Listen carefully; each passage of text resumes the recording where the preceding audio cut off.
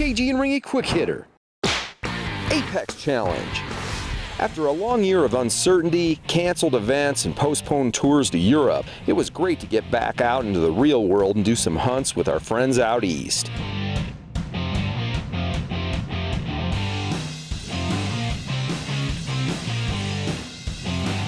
KG and I flew into Boston and met up with Steve and Miguel from Team Garrett, Lucky Lou, and Dig Dug for a week of incredible hunts, including a couple of days at the BONE27 event in New Hampshire.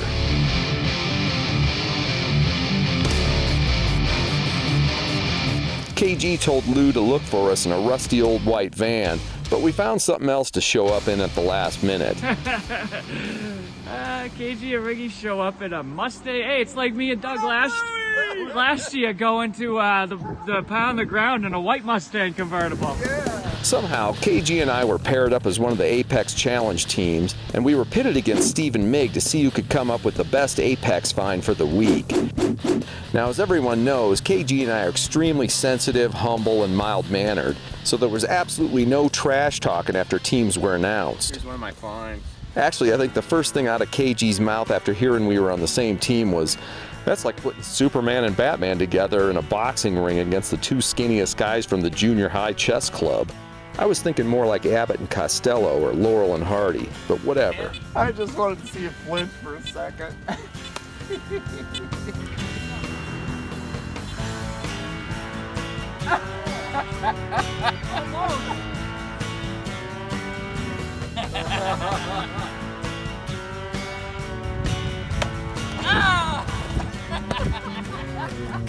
We started out in a drenching downpour.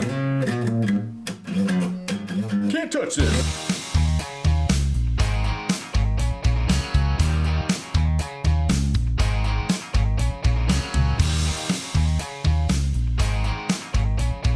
And all I had to show for it after day one was a 1940 nickel, a couple of memorial pennies, and a forklift missing one of its forks. That made me really nervous, but after that, it was game on for all of us. As a group, we absolutely crushed it with the Apex this trip, turning up a really unexpected number of large cents, English coppers, and silver coins. Steve, Mig, and Lou all pulled up walkers on the same day.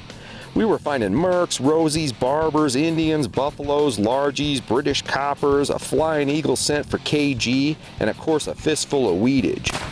I managed to lock onto a 1919 Canadian half dime, a sterling fork, and even this solid silver Art Deco style folding Bakelite or tortoiseshell comb. How cool is that? KG pulled up a silver ring and an incredible sterling silver English crown pin from 1902. Mig popped a sterling thimble, Steve got a nearly perfect artillery button, and I nabbed this old broken spur that could be even older than my two Civil War spur finds. There were all kinds of other trinkets as well.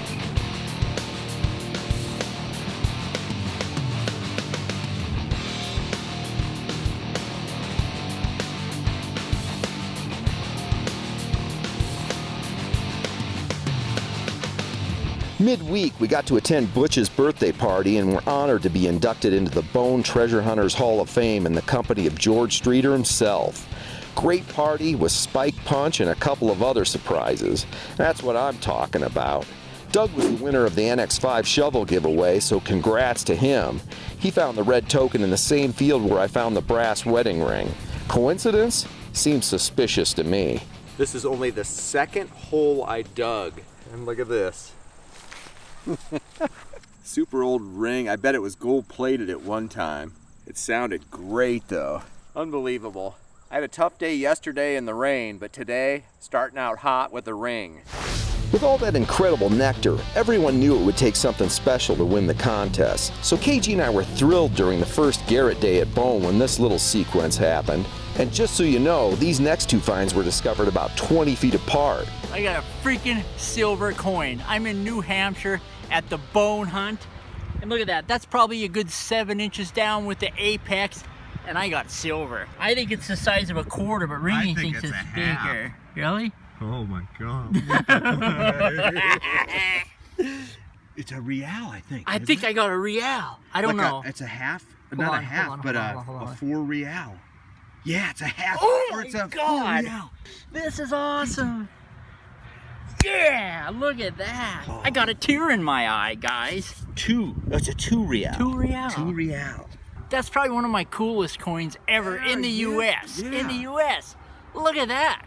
I mean, there's been hundreds of people over this field. I know. That thing is deep. I mean, I had just a barely little squeak, and there was a little piece of iron laying right next to it. The second I disturbed it, it was singing. It was singing like the best church choir you've ever heard.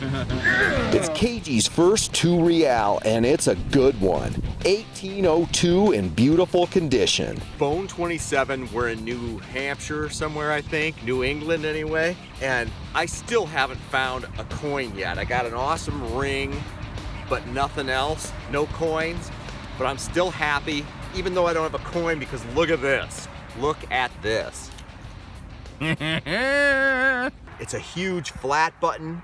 It's got an eagle and it says something like number 6 or something underneath it, and it's got words all around it. I can't wait to figure out what this is. I mean, this is incredible. We're used to finding Civil War buttons, but this is another league right here. Look at that baby. That eagle button turned out to be something really phenomenal as well. It wasn't an eagle after all, but rather a phoenix. It's a military button from the 1811 to 1820 reign of King Henry I of Haiti. What makes this special is that by the time some of these buttons were manufactured in England and shipped to the king in 1820, he was unable to make use of them. First of all, he was really unpopular, probably because of his forced labor laws, and on top of that, he was sickly and afraid of a coup or an assassination attempt. So he committed suicide by shooting himself with a silver bullet. Seriously, now that would be a heck of a find. So how'd the button get here? About 10 or 15 years later, sometime in the 1830s, an American dude bought the leftover buttons and began selling and trading them in the US. And they've even been found all the way out in California. On the last day, we grabbed Butch and forced him to pick from our 20 best finds. This is our judge right here, the world famous Butch Holcomb from American Digger. Each of us contributed 5 items to the pile, and after a long deliberation, Butch picked the winner. Gonna have to be this. Oh,